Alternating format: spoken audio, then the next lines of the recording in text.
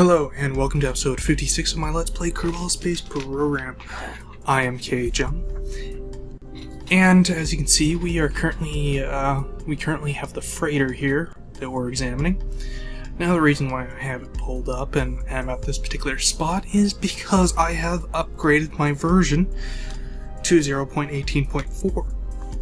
Yes, so if I were to go out to the main menu, you would see 0.18.4 down in the lower right hand corner. And is thing recording the mouse movements? Yes, it is. Okay, cool. Now, in addition to upgrading it to this new version, I have installed a new mod. Although the previous mods are still in the game here, and they have not been updated yet. But this new mod is meant specifically for this version, although it existed in previous versions. But anyway, I'm getting sidetracked here. The new mod is Laser Mod, which comes with all sorts of these lasers. Yellow here and magenta I will probably never use because they feel cheaty to me. Magenta is a tractor beam, and yellow is a resource transfer beam. But red, I'm not sure what blue is for, but I don't think either of these are cheaty, so I'll probably use them. Actually, no, I will use them. I can tell you that right off the bat. I will use them. The reason why I installed that is because I thought it would be useful for a project we'll be getting to in a few episodes. Hopefully. Assuming that they don't pull out 0.19 between now and then. Which, since I happen to have a picture of all the new resources and how they plan to handle them for 0.19 in a window around here somewhere, I won't post it with this video, but anyway, that might happen. So, let's see, what else? Oh yeah, 0.18.4 brings us to the new Unity 4 engine. I was completely unaware that they were using Unity to begin with. I didn't really care, honestly, so I never bothered to research it. But from what I hear, Unity 4 will use more than one processor, which is good, because I had 7 that were sitting there bored and idle. So things should render a whole lot better. Can't think of anything else to say, so let's just get on with this.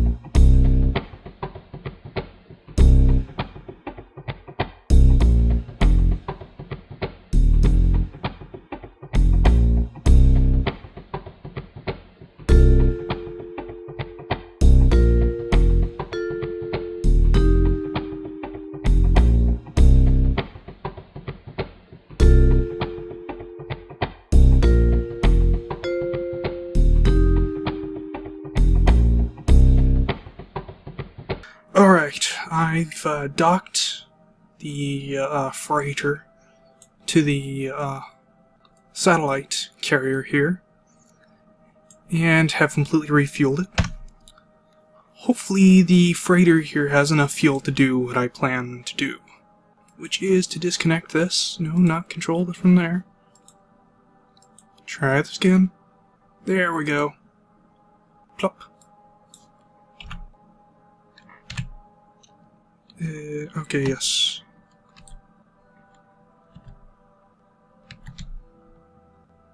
Use RCS to move us away from the station. Alrighty then, and now we need to proceed to put this into geosynchronous orbit. And for that, I want to get us to an altitude of, what was it again? I have it written down here. Here it is. Okay. We need to get to 2,277.856 kilometers. So I'll just go ahead and put that into the orbital operations, and I'll go ahead and just fast forward while I do this.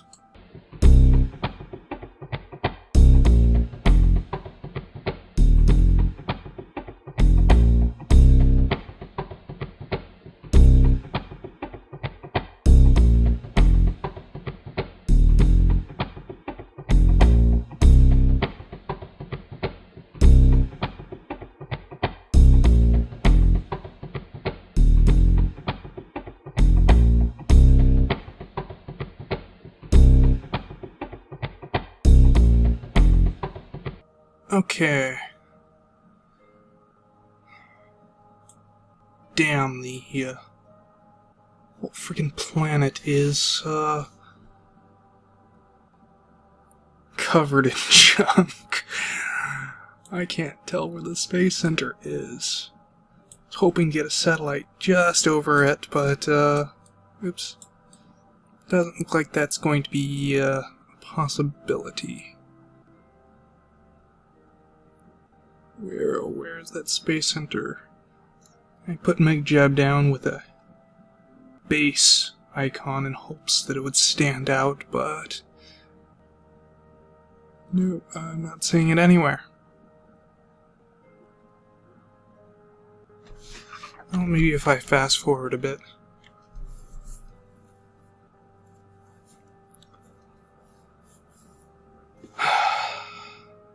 You know what, forget it.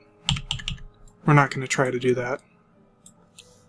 Instead, we're going to get some orbital information here. Let's see our apoapsis and paraapsis is a lot less accurate than I would prefer it to be. Oops. No, abort, abort, abort.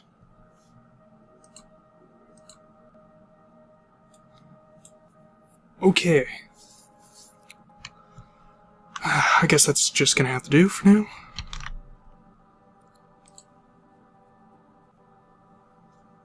Let's see.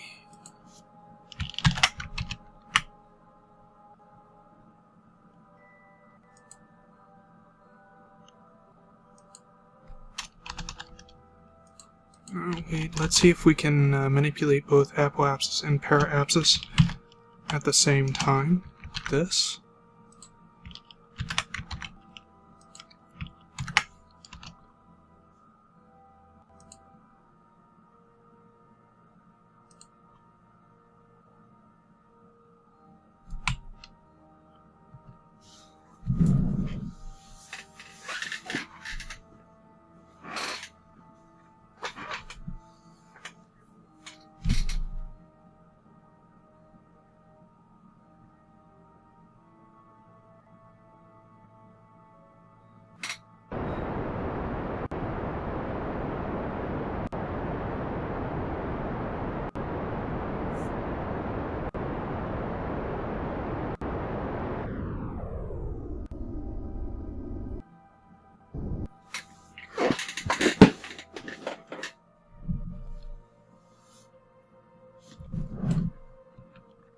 Okay.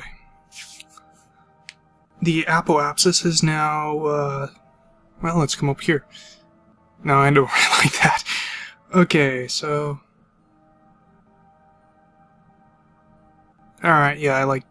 Well, no, that number's about the same. Alright, our apoapsis is now 2,868 kilometers. Because, when circularized, that will be, geosynchronous altitude.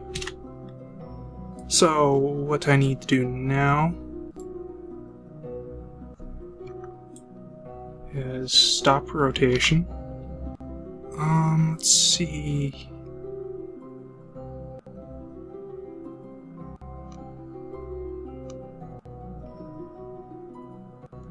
Nah, I guess that really doesn't matter. Alright, I'm just gonna go ahead and, eject one of the, new satellites. Oh.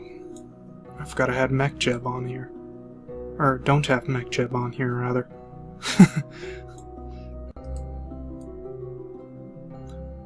Oh yes, and these ion drives. I completely forgot I installed a mod pack that has bigger ones, and I accidentally used the bigger ones, which is why these things are so big. So, might not have enough power for that. Oh well. Let's go ahead and pull out our solar panels, open up our satellite dish things. Now the annoying thing about these satellite dishes is once they've been opened, they cannot be closed. But oh well. And because I don't have MechJeb, I have to do all this by hand, which really, really sucks. Oops.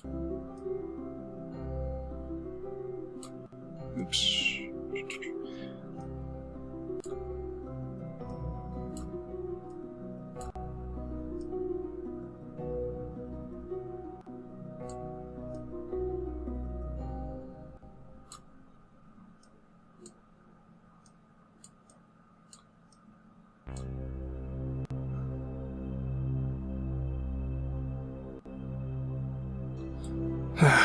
I guess that's about as close as I'm going to be able to get.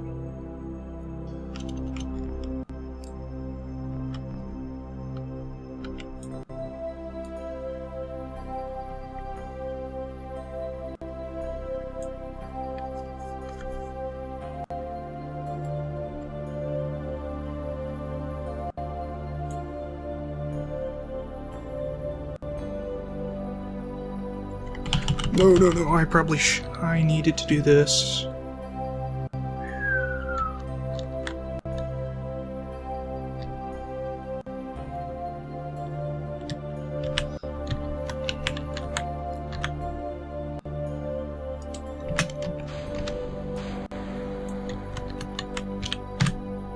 Okay. Well, this is going to require a lot less energy than I feared. Or a lot less delta V.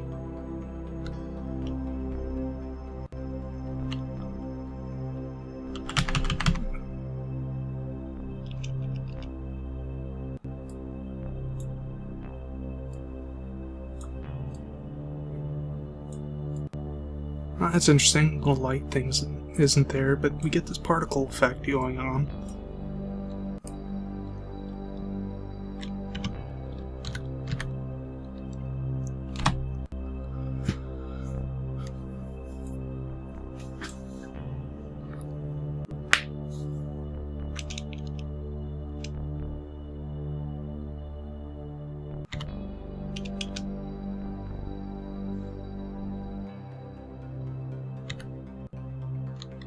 Oops.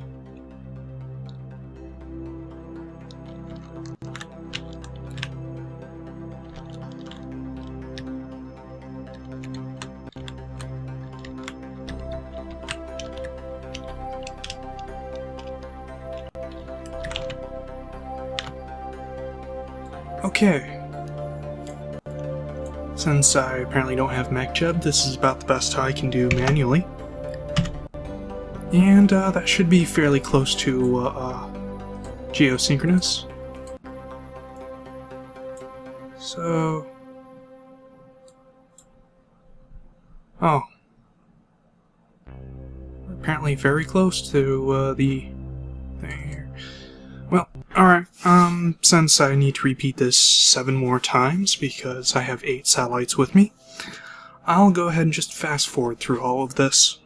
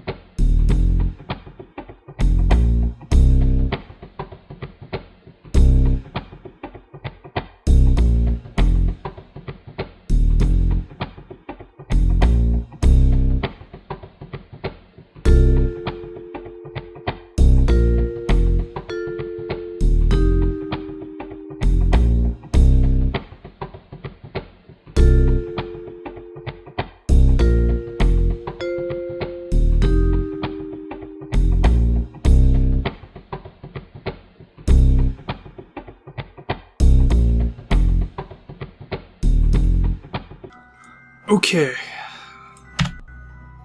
And that is done. 8 satellites in geosynchronous orbit around Kerbin, or as near geosynchronous orbit as I can get manually. Now, I think I forgot to explain quite a bit of stuff that I explained last time I put satellites into geosynchronous orbit, so I'm gonna quickly cover all this again, just, 8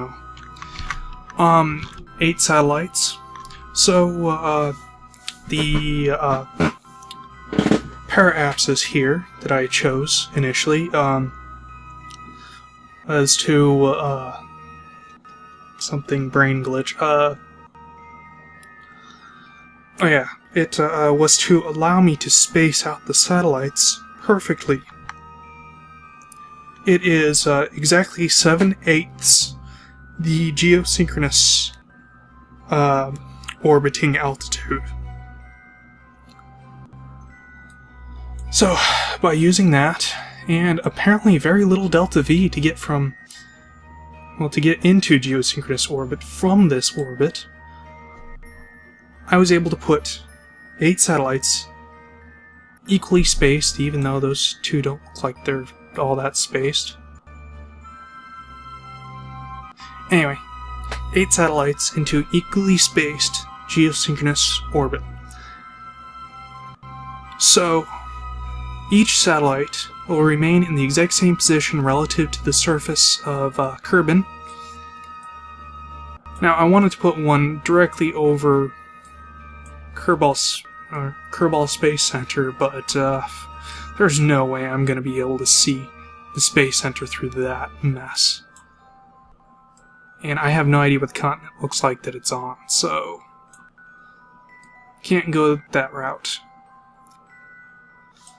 So, all that's left to do is to dock this with the space station around Kerbin. And I think I'll keep this thing here. Could be useful for transporting certain cargo. So, I guess I'll go ahead and re-rendezvous with the station. It'd be best if I didn't need to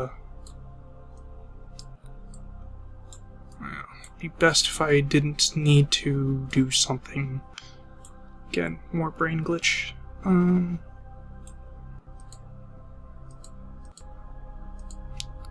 Let's see if we can target it. There we go.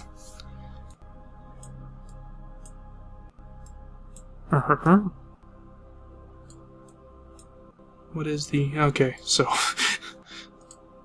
Let's mute. Oh! I completely forgot that is at a slight inclination. Which means that all those geosynchronous satellites are now on the exact same inclination. So people on the equator will see them go up and down. So they're in geosynchronous orbit, but I forgot to put them perfectly around the equator first. My bad. Oh well.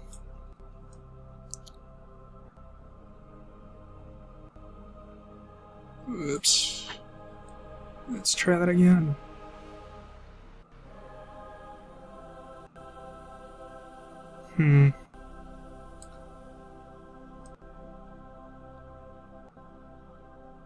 Oh ho ho. Let's see, how much time until we need to make this burn? 10 minutes. And we'll end up 8 kilometers or so away from our target, 8.5. See if we can get a little bit closer. That's farther. 14.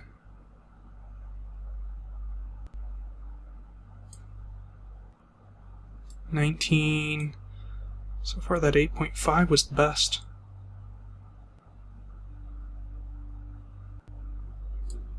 Let's see. 7. That's pretty good. Okay, well. Of course, that's a fair amount of delta V that I have to burn through, but... oh well. I'll go ahead and fast forward while I redock with the station.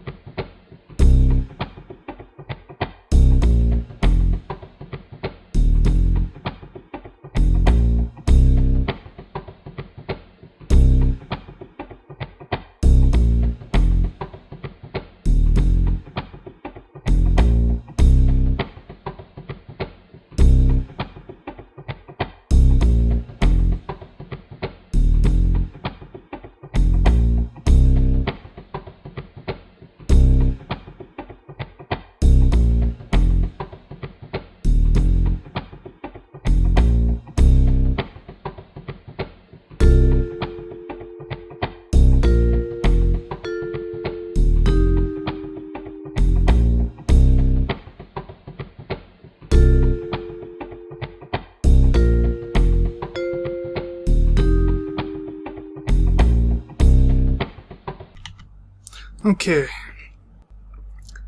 Now that, damn camera. Okay, now that we're docked with the, station again, notice that the SAS is off. I'm not quite sure why. I'll fix that when I don't have a ship here that'll wobble around, like mad. Later. Anyway, so, now that I've completed this episode's objective, I'm going to go ahead and end the episode here. So once again, I'm KHM, and in the next episode we'll be focusing a bit more on the moon, I believe.